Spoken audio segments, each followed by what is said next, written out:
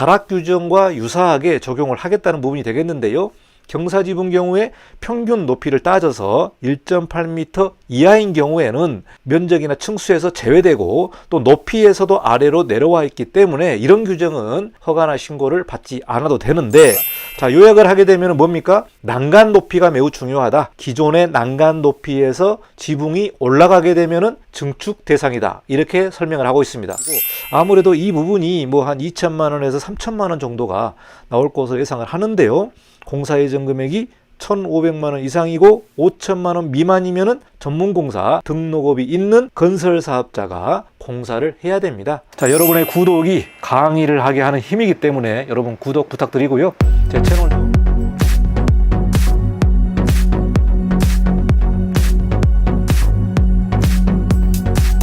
네, 안녕하십니까. 이건영 건축사입니다. 이번 시간은 옥상 지붕을 설치하려면 어떻게 해야 되는지 설치 공문서를 여러분과 같이 공부해 보도록 하겠습니다.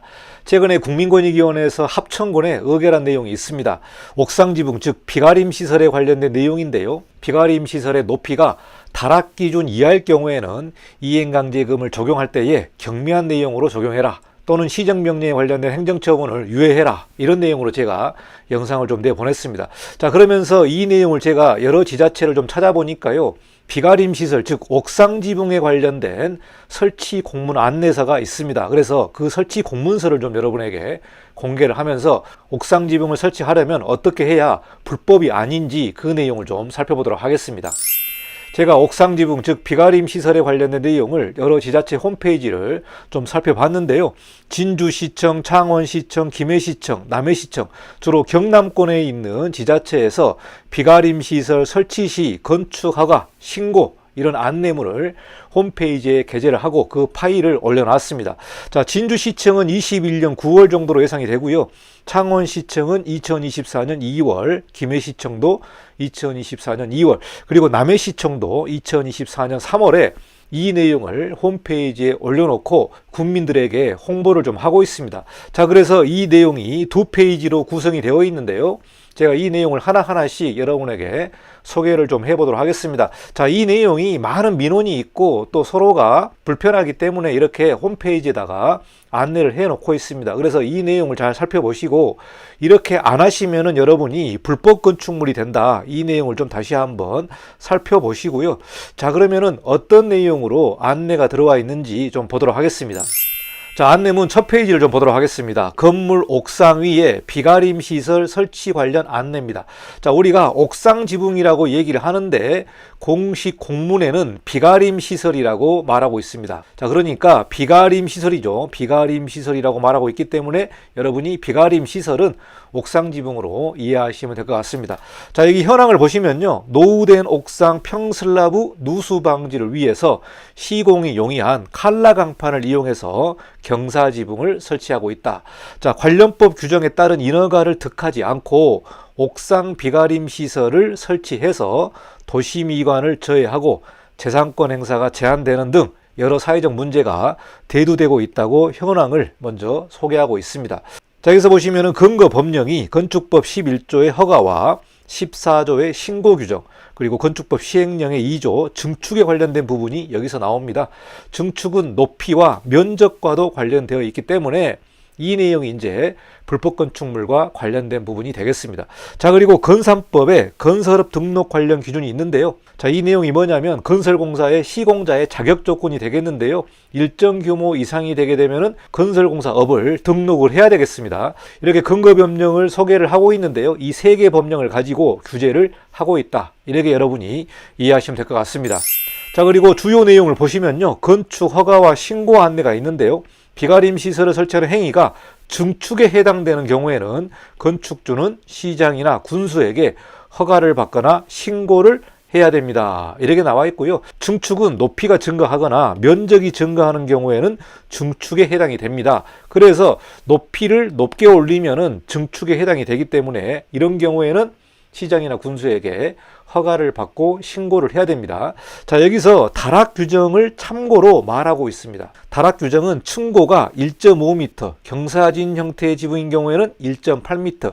자, 그러니까요, 다락을 만들 때 평지붕으로 만들 때는 1.5m고요.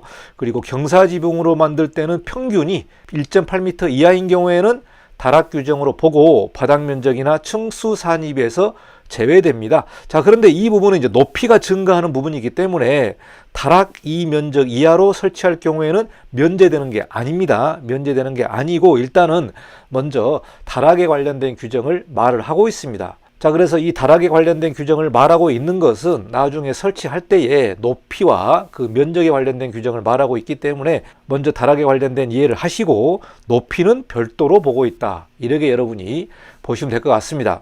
자, 그래서 요약을 하게 되면은 증축에 해당하는 경우에는 허가권자에게 허가를 받거나 신고를 해야 된다. 이 내용을 먼저 말씀드리겠습니다.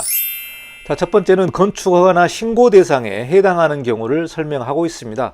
자, 여기서 보시면은 기존 건물의 난간보다 높게 설치하는 경우에는 건축허가나 신고 대상이다. 이렇게 규정을 하고 있습니다. 자, 여기서 보시면은 기존 평슬래브 지붕이 있습니다. 그 위에 새로운 지붕을 설치를 하는데요. 새로운 지붕이 기존 난간 높이 위에다가 이렇게 씌우는 경우에는 난간 높이보다 더 많이 올라갔기 때문에 높이가 증가하는 부분이 되겠습니다. 높이가 증가한다. 자, 여기서도 기존 난간이 시멘트 블록이라든가 콘크리트 블록으로 이렇게 쌓아진 경우에 난간이 되겠습니다. 어떤 경우에는 난간이 이렇게 메탈로 평철로 이렇게 구성된 부분이 있는데요. 여기는 해당이 안 되고 난간에 관련된 부분이 되겠습니다. 자, 그래서 난간 높이보다 증가되는 경우에는 건축물 높이가 증가되기 때문에 이 내용은 증축 대상이다. 이렇게 우리가 살펴보시면 될 것 같습니다. 자, 그리고요, 다음 규정을 보시면은 기존 평지부 슬래브 지붕 위에 경사지붕을 설치하는 규정이 있습니다. 경사지붕. 여기서도 기존 난간 높이에서 건축물 높이가 증가를 했습니다. 이렇게 빨갛게 칠해진 그림이 새롭게 설치된 지붕이라고 보시면 되겠는데요. 새로운 지붕이 기존의 난간 높이에서 증가를 하게 되면은 증축 대상이기 때문에 허가나 신고를 받아야 됩니다. 자, 여기서 보시면은 증축이라는 규정이 나오죠. 기존 건축물이 있는 대지에서 건축물의 건축 면적, 연면적, 층수 또는 높이를 늘리는 것, 이렇게 나와 있습니다. 앞서 설명한 다락 규정에서 평지붕은 1.5m, 그리고 이런 경사지붕 같은 경우는 평균을 따져서 1.8m 이하인 경우에는 다락으로 보고 면적에서 제외됩니다. 자, 그러니까 건축 면적 제외, 연면적 제외, 층수가 제외되는데 이런 경우에는 높이가 증가되기 때문에 증축 대상이다. 이렇게 보시면 될 것 같습니다. 자, 요약을 하게 되면 뭡니까? 난간 높이가 매우 중요하다. 기존의 난간 높이에서 지붕이 올라가게 되면은 증축 대상이다. 이렇게 설명을 하고 있습니다. 자, 그런데 이 경우는 난간 높이보다 아래에 지붕을 설치하는 경우가 되겠습니다. 자, 여기서 보시면은 기존 평슬래브 지붕이 있고요. 기존 난간 높이가 상당히 많이 올라와 있는 경우가 되겠습니다. 난간이 올라와 있는데 새로운 지붕을 설치를 했는데 이 새로운 지붕의 제일 높은 부분이 난간 아래에 있습니다. 난간 아래에 있기 때문에 이 건축물의 높이가 증가를 하지 않았습니다. 자, 높이 부분은 증가를 하지 않았는데 여기서 뭐라고 나오느냐? 층고가 1.5m 초과하는 경우는 평지붕이 됩니다. 평지붕은 층고가 1.5m고요. 경사지붕 같은 경우는 1.8m를 초과하게 되면은 건축 허가와 신고 대상이 들어가게 된다. 자, 이 내용은 뭐냐? 다락 규정과 유사하게 적용을 하겠다는 부분이 되겠는데요. 경사지붕 경우에 평균 높이를 따져서 1.8m 이하인 경우에는 면적이나 층수에서 제외되고 또 높이에서도 아래로 내려와 있기 때문에 이런 규정은 허가나 신고를 받지 않아도 되는데, 자, 이렇게 경사지붕을 설치를 했을 때 평균 높이가 1.8m를 초과하면은 허가와 신고 대상이 된다. 자, 이 내용은 뭐냐? 결국은 층수와 면적에 관련되어 있기 때문에 층수 증가와 면적이 증가되면은 허가와 신고 대상에 들어가기 때문에 이 부분은 인허가 절차를 밟아서 진행을 해야 되겠습니다. 자, 두 번째는 건축허가 신고 대상에 해당하지 않는 경우입니다. 자, 그러니까 해당 군청이나 시청에 신고하지 않고 그냥 집주인이 바로 설치를 하시면 되겠습니다. 자, 이 경우는 뭐냐? 기존 난간 높이가 나오죠. 기존 난간 높이 이하로 설치를 해야 됩니다. 즉 높이 증가가 없어야 된다.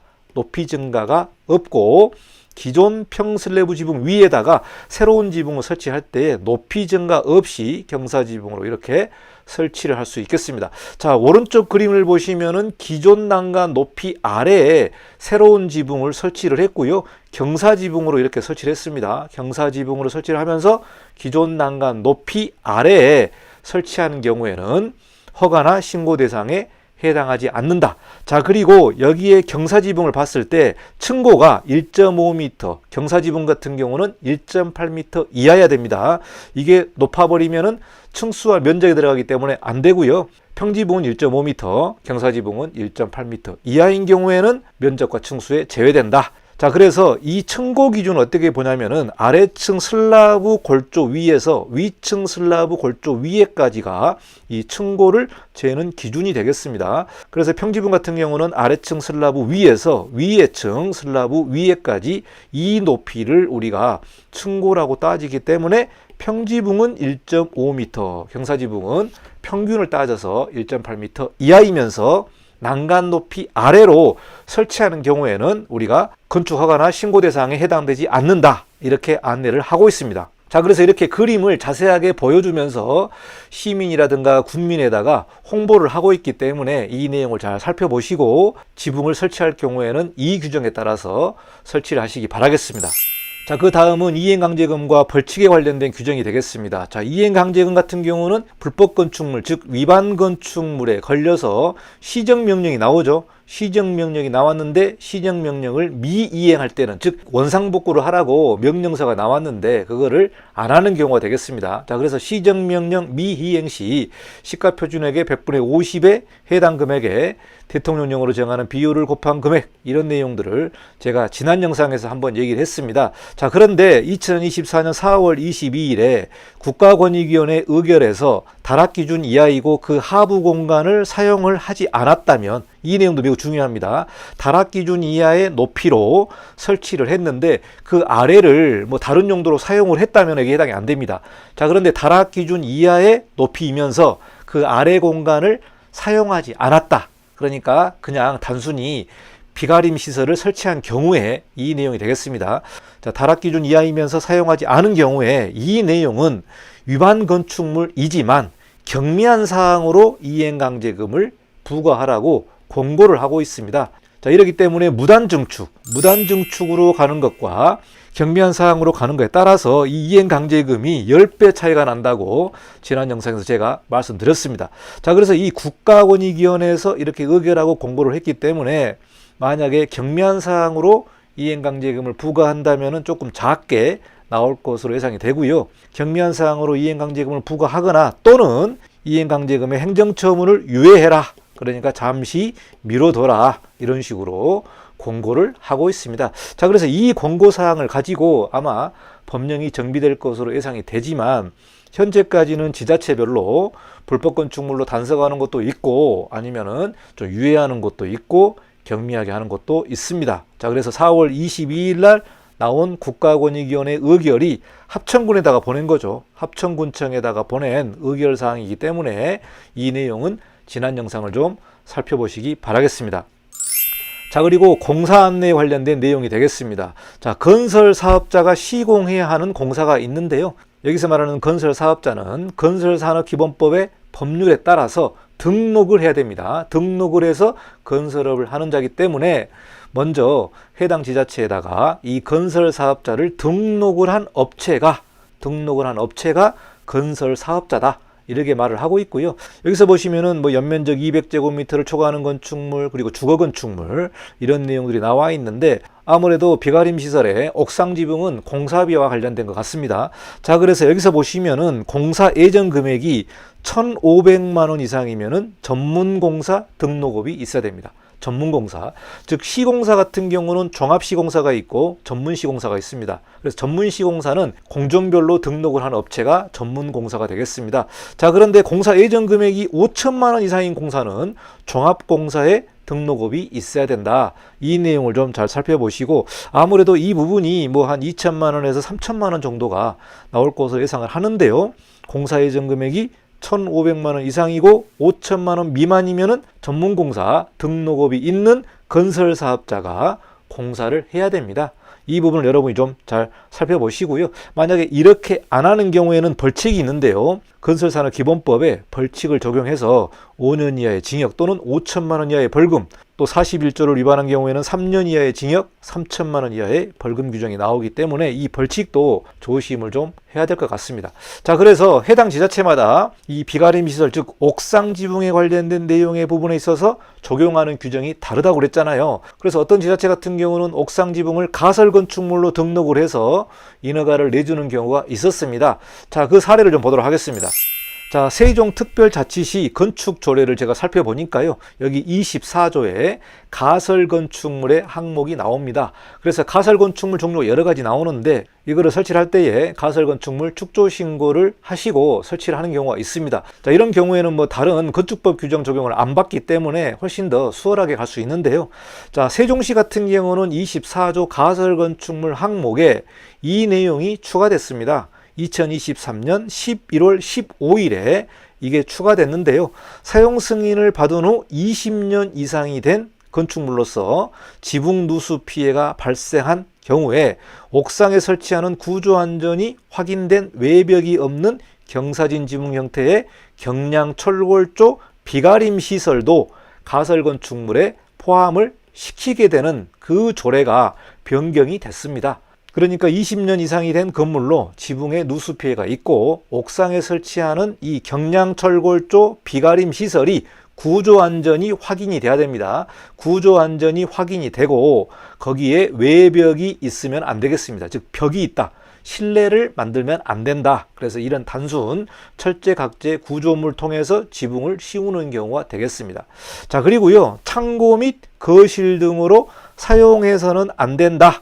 이 하부 공간을 창고라든가 거실, 즉 막아가지고 실내로 사용하면 안 된다. 이렇게 단서조항이 나와 있고요.